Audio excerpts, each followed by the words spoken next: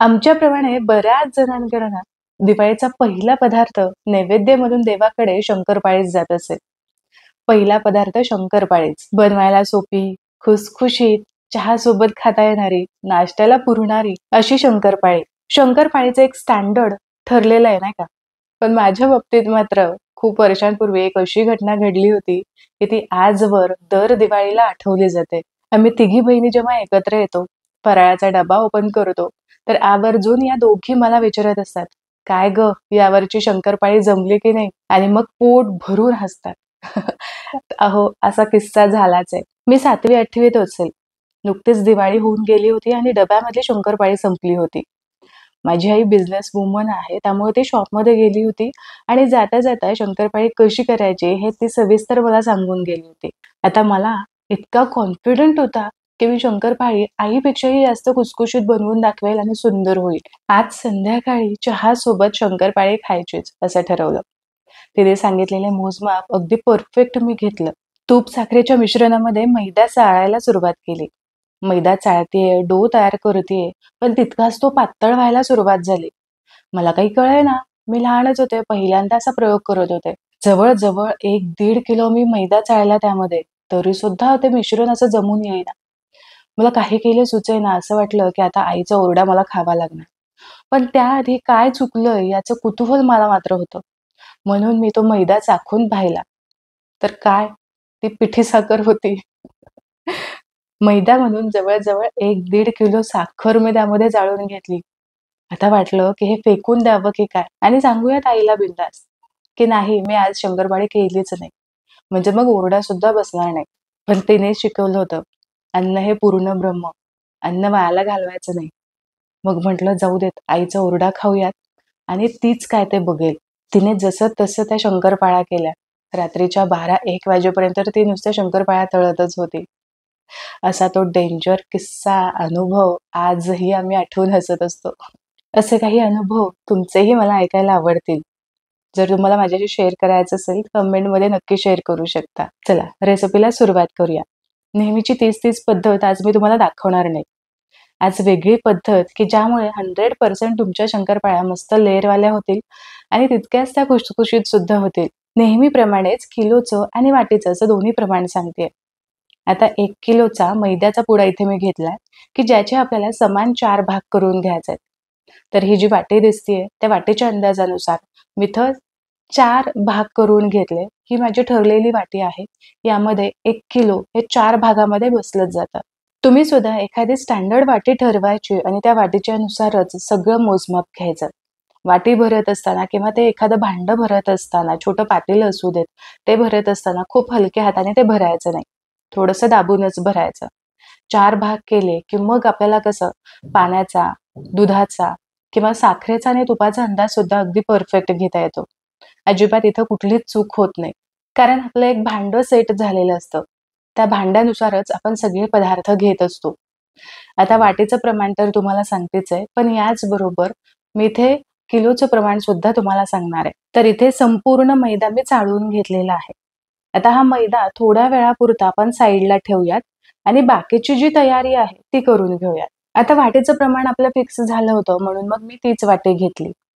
वजन करून आपण साखर मोजून घेऊयात. 4 वाटी मैद्यासाठी बरोबर 1 वाटी भरून आपल्याला साखर घ्यायची आहे आणि 1 किलो मैद्यासाठी बरोबर आपल्याला 450 ते 400 ग्राम तुम्ही साखर घेऊ शकता. जर तुम्हाला शंकरपाळी थोडीशी गोड आवडत असेल तर थोडंसं शीर लावून तुम्ही इथे साखर घेतली तरी सुद्धा चालेल.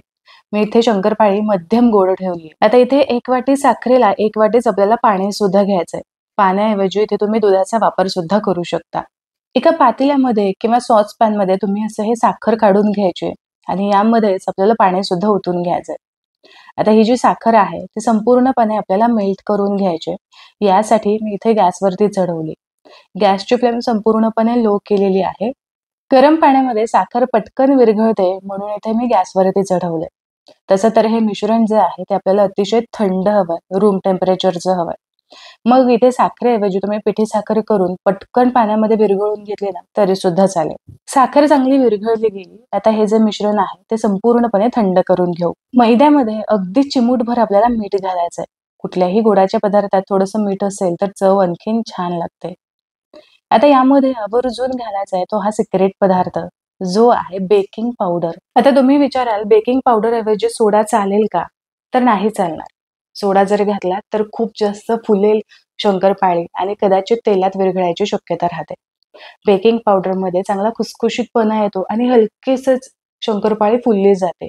एक लिमिट पर्यंतच. 1 किलोला पोह्याच्या चमच्याने पाव चमचा जिथे बेकिंग पावडर घेतली किंवा मग अर्धा टीस्पून इथे मी बेकिंग पावडर घेतलेली आहे. घातलेलं मीठ आणि बेकिंग पावडर व्यवस्थित मैद्यामध्ये मिक्स करून घ्यायचं. आता यामध्येच आपल्याला मोहन सुद्धा घालायचंय. तर आपण इथे बरोबर अर्धा कप भरून तूप घेणार आहोत. तूप घेत असताना ते वितळलेलं तूप घ्यायचं, घट्ट तूप घ्यायचं नाही. म्हणजे मग माप अगदी व्यवस्थित परफेक्ट जमतं. वजनी प्रमाणानुसार बरोबर 150 ग्रॅम हे तूप घेतलं. यामधलं संपूर्ण तूप मी या मैद्यामध्ये घातलेलं आहे. आता मैद्याला जमेल तितकं व्यवस्थित आपल्याला हे तूप लावून घ्यायचंय. लक्षात घ्या, आपल्याला कुठेही हे तूप कडवून घ्यायचं नाही, गरम करून घ्यायचं नाही. पण आपल्याला शंकरपाळ्या खुसखुशीत हव्यात म्हणून मोहन हे रूम टेम्परेचरचं असावं. आता घातलेलं संपूर्ण तूप या मैद्याच्या कणाला व्यवस्थित लागायला हवं. आता हा मैदा अतिशय पांढरा शुभ्र दिसतोय आणि अगदी पावडर प्रमाणे दिसतोय. जेव्हा तुम्ही हे मोहन मैद्याला अगदी परफेक्ट असं लावाल ना, त्यावेळेस याचं टेक्स्चर तुम्ही बघा. दोन्ही हाताने छान हे मोहन आपल्याला मैद्याला लावून घ्यायचं या पद्धतीने. म्हणजे मग अगदी प्रत्येक एका कणाला व्यवस्थित असं लागलं जातं. ही कृती घड्याळ लावून आपल्याला बरोबर 3 ते 4 मिनिटांसाठी करून घ्यायची. ही कृती अजिबात स्किप करू नका. असं चांगलं एकजीव झालं की याचं टेक्स्चर सुद्धा तुम्ही बघू शकता, थोडंसं वेगळंच दिसतंय. आधीची पावडर आता एक छान बाइंडिंग याला आलेलं आहे आणि रंग सुद्धा थोडासा पिवळसर झालाय. याचा लाडू करायला गेलात तर आरामात याचा लाडू होईल आणि फोडला तर अशी पावडर पडणार नाही, तर याचे असे गुठळच पडतील. ही कृती करायला आपल्याला 4 ते 5 मिनिटं लागतात. एवढ्यात हे मिश्रण सुद्धा चांगलं थंड होतं. हे मिश्रण थंड झालं की मगच यामध्ये आपल्याला हे पाणी घालायचंय आणि लागेल तसं पाणी घालून सेमी कन्सिस्टन्सीचा डो मळून घ्यायचा. ना खूप घट्ट ना खूप पातळ. लागेल तसं थोडं थोडंच पाणी मी यामध्ये घालतेय. शेवटी मला किती पाणी लागलं, किती शिल्लक राहिलं हे तर मी तुम्हाला दाखवणारच आहे. आणखीन एक खूप महत्वाची टीप, जसं आपण कणिक मळतो तसं इथे शंकरपाळीचं पीठ मळायचं नाही. तर आपल्याला फक्त हे पीठ जोडून घ्यायचंय. असा जोर देऊन एकसारखा मऊसूत गोळा इथे करायचा नाही. फक्त या पिठाला बाइंडिंग आलं पाहिजे आणि हे पीठ ओलवलं गेलं पाहिजे. तर हे बघा, इथे बऱ्यापैकी पीठ मळून झालेलं आहे, पण कुठेही मी इथं जोर देऊन मळलेलं नाही. फक्त हे जे पीठ आहे ते असं एकत्र बाइंड करून घ्यायचंय. म्हणजे मग शंकरपाळीला सुद्धा लेअर हमखास पडले जातात. आता इथे पीठ मळून झालेलं आहे. हे पीठ फक्त 15 मिनिटांसाठीच आपल्याला भिजत ठेवायचंय. असंच हे ओपन न ठेवता झाकून ठेवायचंय. आता पाणी किती लागलं ते सुद्धा बघू. तर जवळ आसपास एक अर्धा कपपेक्षा थोडंसं कमी इथं पाणी शिल्लक राहिलंय. हे पाणी तुम्ही चहासाठी सुद्धा वापरू शकता कारण यामध्ये साखर आहे. कदाचित 2-3 चमचे इकडे तिकडे सुद्धा तुम्हाला पाणी लागू शकतं. हे मैद्याच्या क्वालिटीवरती सुद्धा डिपेंड आहे. इथे बरोबर 15 मिनिट झालेले आहेत आणि हे पीठ जे आहे ते आधीपेक्षा हलकसंच मला सॉफ्ट वाटतंय. तूप जे आहे ते फारसं असं अळलेलं नाही. आता हे बघा, नेहमी आपण चपातीसाठी जी कणिक मळतो त्यामध्ये छान बाइंडिंग असतं, ग्लुटन असतं, खेचलं जातं. पण मात्र आपल्याला शंकरपाळीसाठी असं पीठ अजिबातच नको. आता फक्त शंकरपाळीसाठी भाकरीच्या उंड्यापेक्षा थोडासा डबलच गोळा घ्यायचा आणि हा फक्त असा जोडून घ्यायचा. खूप वेळ मळत बसायचं नाही. फक्त आपल्याला असा तो जोडून घ्यायचा म्हणजे मग एकसारखा गोल असा उंडा होईल. आता उरलेलं जे पीठ आहे ते आपण झाकून ठेवूयात आणि शंकरपाळीसाठी लाटायला घेऊयात. आता हे शंकरपाळीचं पीठ लाटत असताना खूप जोर देऊन लाटायचं नाही. कारण आपण खूप घट्ट हे सुद्धा बनवलेलं नाहीये. परफेक्ट अशी कन्सिस्टन्सी आहे. त्यामुळे हलक्या हाताने सुद्धा व्यवस्थित लाटता येतं. शंकरपाळीसाठी लाटताना खूप जास्त असा गोल आकार आला पाहिजे असं अजिबातच नाही. ज्या कडा आहेत त्या थोड्याशा क्रॅक जाऊ शकतात. ही खूप पातळ लाटायची नाही. भाकरीपेक्षा थोडीशी जाडच असायला हवी, तरच त्या शंकरपाळींना लेयर येतो. खूप पातळ लाटली तर लेयर यायला जागाच राहत नाही. यामुळे मग शंकरपाळी फुलतच नाही. साईडच्या ज्या कडा आहेत त्या कट करून घेतल्या आणि नेहमीप्रमाणे शंकरपाळी कट करून घ्यायची. संपूर्ण शंकरपाळी चौकोनी आकारामध्ये इथे मी कट करून घेतलेली आहे. आता ही एका ताटामध्ये काढून घ्यायची.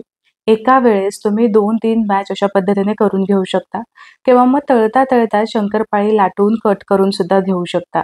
2 उंडे लाटून त्याची शंकरपाळी कट करून घेतली. आता ही शंकरपाळी आपण तळून घेऊयात. तेल इथं चांगलं कडकडीत मी गरम करून घेतलंय, पण अगदी धूर येईपर्यंत हे गरम करायचं नाही किंवा मग अगदीच कोमट सुद्धा नको. एक छोटी शंकरपाळी घालून यामध्ये चेक करून पाहिलं तर भरपूर बुडबुडे येत होते. तेल इथे चांगलं गरम झालेलं आहे. शंकरपाळी तेलामध्ये सोडू.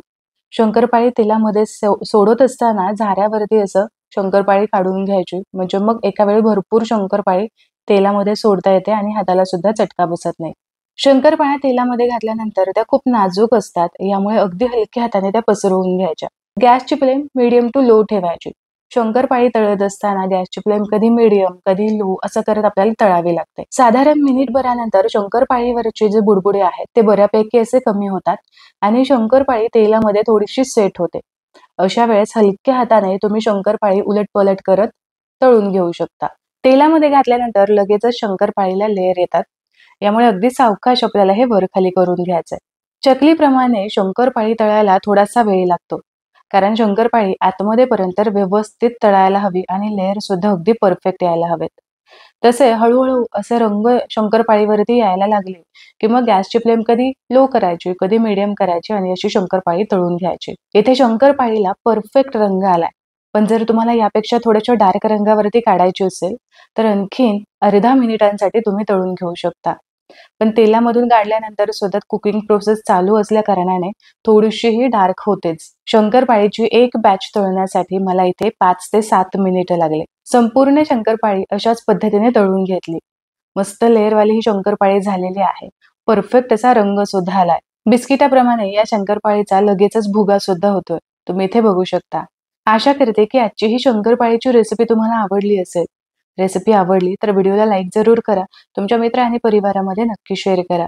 पुन्हा भेटूया अशाच एका मस्त खमंग रेसिपी सोबत. तोपर्यंत स्वस्थ राहा आणि मस्त मस्त खात राहा.